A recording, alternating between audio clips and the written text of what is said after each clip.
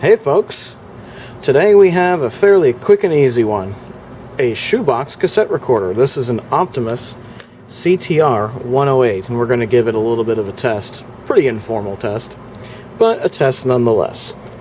As you can see, I got it from Goodwill for $3.99 and this is of course, it looks like a 90s Radio Shack model to me. I have a newer version of one of these from the 2000s or maybe the early 2010s, something like that, and the basic ports and design appear to be the same from having AC and DC to everything else. So why don't we go over the anatomy of the recorder, shall we? You've got your transport controls here, of course, built-in microphone. The mechanism, I don't know if it's Tanishan or not, but the funny thing about it is there's a little plastic piece there that rocks back and forth, if you can see it. There's a little plastic piece that rocks back and forth, so that's kind of a unique characteristic of this particular mechanism. It has an AC erase head right there, so I'm going to assume that this is AC biased just like my other one is. And that's very welcome news. So along the side here, we have DC in, takes a 6-volt center negative DC adapter. You have an aux input. You have an earphone output, which I assume is mono. I don't know if it comes out of both channels or not. It usually doesn't on these, but yeah, you never know. Might be surprised. You have a remote and mic jack, which is nice. And you have a volume wheel here. On the other side, you have nothing. But you also have an AC input, which the cord from my newer model works on, which is nice. It has actually not that flimsy of a plastic handle. This one's okay. This one is pretty okay, actually. That's nice. Risk of electric shock. Oh no! There you go. It uses about 3.8 watts from the wall. Yet again, is the Optimus CTR-108. Its catalog number is 14-1115. You can also power it off of 4 C batteries, which is pretty old school. Not much uses C batteries anymore. And as you can see, it's in pretty good shape. No one seems to have left batteries in here, which is surprising coming from a thrift store. Even the foam is decent. But I happen to have a cable, so I didn't need to go buy batteries, thankfully. And these Radio Shack recorders usually tended to be pretty cheap and cheerful. The newer one I have looks like it's very similar to this. In fact, I think it's probably the same thing, just with silver painted plastic. So there's not a whole lot to say about this other than to see how it sounds, I guess. And I have some selections here. We're going to record on it with this brand new Walmart On branded tape. And of course I have some tapes here. So why don't we let go of some stress, huh? I got this from a thrift store back in 2012, as you can see. Jeez. Well, let's give it a shot and see how it sounds. One thing I did do off camera is I did clean the mechanism here. I cleaned the pinch roller, I cleaned the capstan, cleaned the record playhead, and I cleaned the erase head, so I cleaned it up a little bit so it's not as dusty and nasty in there. So why don't we give this a shot and see how it sounds? I have not tested this yet, so you will be testing this with me. So let's let go of some stress, shall we?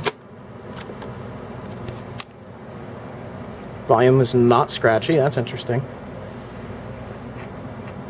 That's a little bit scratchy.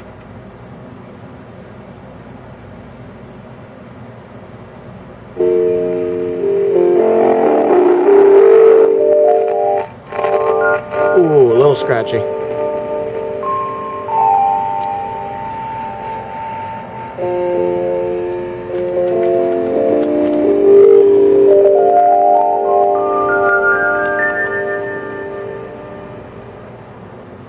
This is your time now. There's no place you need to go, and nothing that you have to do for the next 20 minutes. Settle down in a comfortable place, a place where you can be free of any distractions or interruptions during this time of relaxation. Find yourself a comfortable position in which to I need to spray that control, clearly. And loosen any constricting clothing. Make sure your legs are uncrossed and your arms are free to relax. Become aware that there's no need for you to review events of the past or to look forward to events of the future. There's no need to figure out anything or to solve any problems. And anytime any such thoughts occur, they should be treated as minor distractions and ignored, refocusing your awareness on my words and the experience of relaxation. Well, it seems to sound pretty good, although the case really rattles a lot. But this tape, I think, is a little bit bassy. The background sounds a bit distorted, so I'm wondering if the record play switch isn't super dirty. So why don't we test that theory? And I'm going to fool with it on camera here and see if I get Crackle Pony Master Charge. I am actuating the record button over and over again to move the switch. You might hear the crackle there.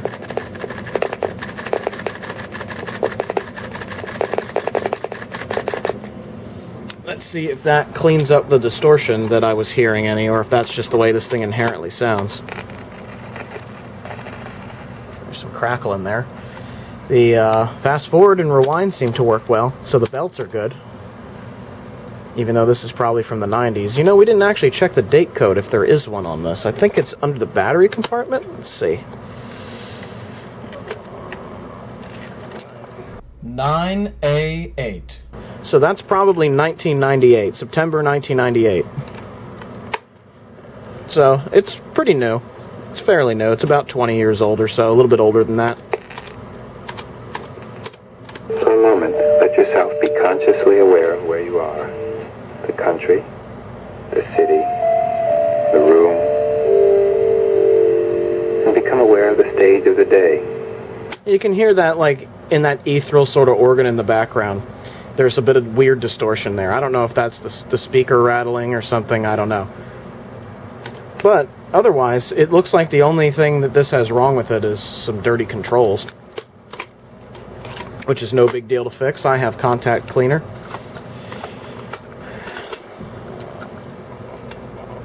Put my tapes away here. Well, let's try some music, huh? Let's see how some music sounds.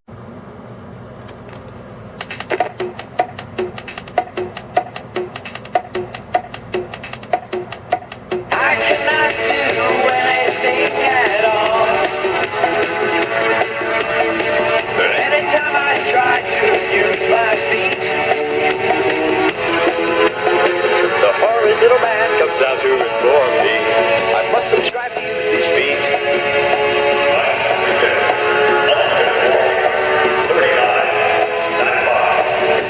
There was once a time I had an original thought, but I was not authorized to think. This tape sounds a million times better, so maybe this tape just sucks. I don't know. Maybe it's the way that was recorded or the way the harmonics are on this particular cassette deck, but the Slugbug tape from 2013 sounds great. I tried to write down, but I had to register. My piece of paper was not mine.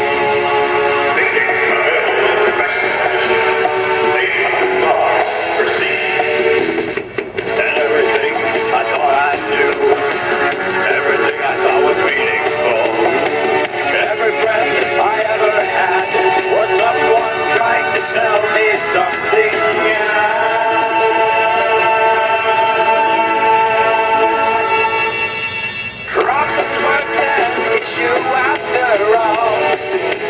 I would happily I used these cassette recorders when I was a kid, this type of shoebox. I would happily listen to music on this. It sounds pretty good.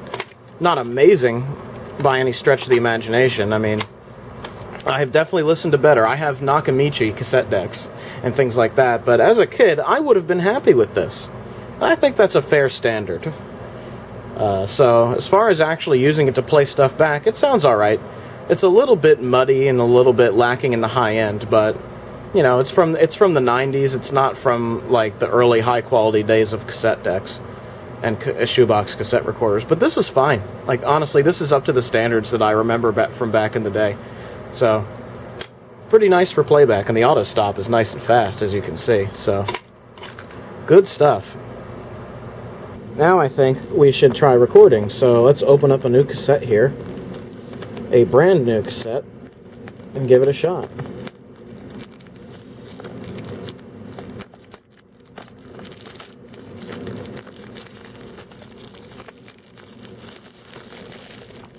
There you go. In the trash with you. Look at that. Brand new.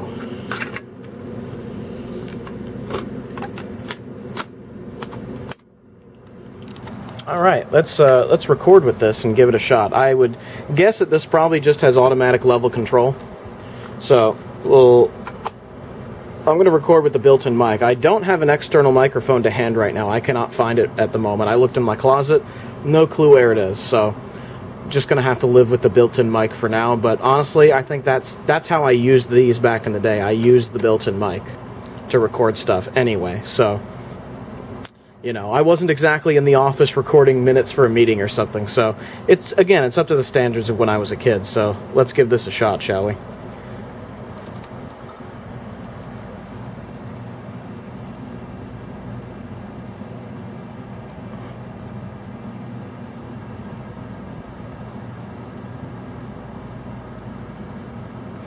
There we go. It appears to be past the leader now. This is a test of the Optimus CTR-108 cassette recorder. AC-DC battery. AC-DC, man. Cool. This is the built-in mic. I'm just sort of at an arm's length away from the recorder. I'm going to put it up to my face and speak directly into the microphone as I often did as a kid. Blow, blow, blow. Music, music, sound, sound, sound. And then move it back away to see what the automatic level control does. And, yeah, this is typically how I used these shoebox recorders back in the day. I would just use the built-in mics of these things, bring them around. Friends and I would just make stupid little noises on them, record ourselves, and laugh at it later. And it was a good time. That is the end of the test of the Optimus CTR-108 cassette recorder.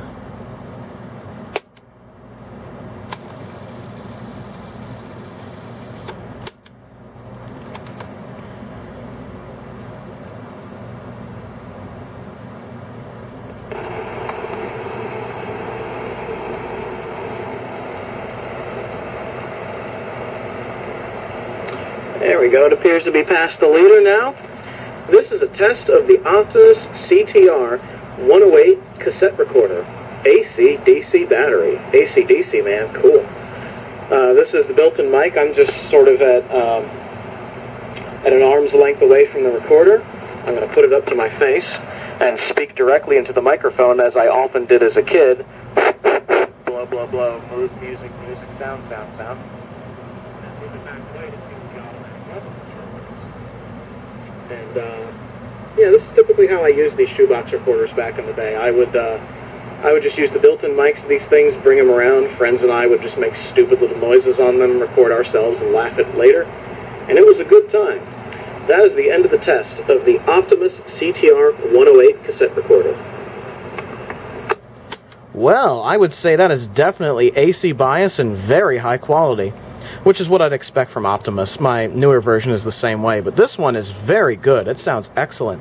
It sounds a lot better than the childhood Sony that I used, and I still have. I might have a video of that from way back in the day. But yeah, this sounds great, although I noticed the automatic level control after I blew into the mic down there was extremely slow on the uptake to catch back up. So, I don't know if that's just the design or if I stressed it too much or what, but wow was that wow was that bad. That took forever for it to catch up. But otherwise, I think it sounds great. So, very cool, man. Very, very cool. And this tape didn't sound half bad either for being a cheap Walmart brand tape.